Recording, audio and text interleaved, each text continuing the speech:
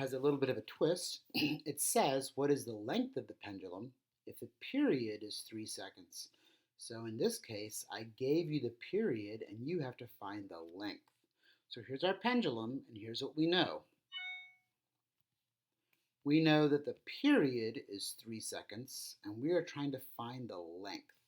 So our plan is going to be to solve our equation t equals 2 square root of L, except this time instead of solving it for t, which is easy because it's already solved for t, we've got to solve it for L. We got to get L by itself. So we got to do a little bit of algebra and I'm going to help you with that, all right? So don't panic.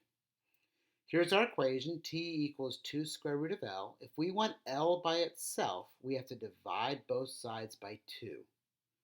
So that 2 is going to cancel that 2, and it's going to leave us with the square root of L equals t over 2. So if the square root of L is t over 2, we can square both sides, and so here's the equation we're going to use, all right? So if you're having trouble with the math there, it's okay. Just remember that if you're solving this equation for L, you're going to get this equation. So you can actually put this in your toolbox if you want. It's the exact same equation as this one.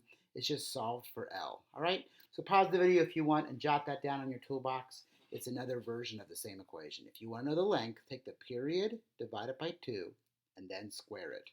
So for our problem, that means we take the period, which is 3 seconds, we divide it by 2, so that's going to be 1.5, and then we're going to square that, which gives us 2.25 meters.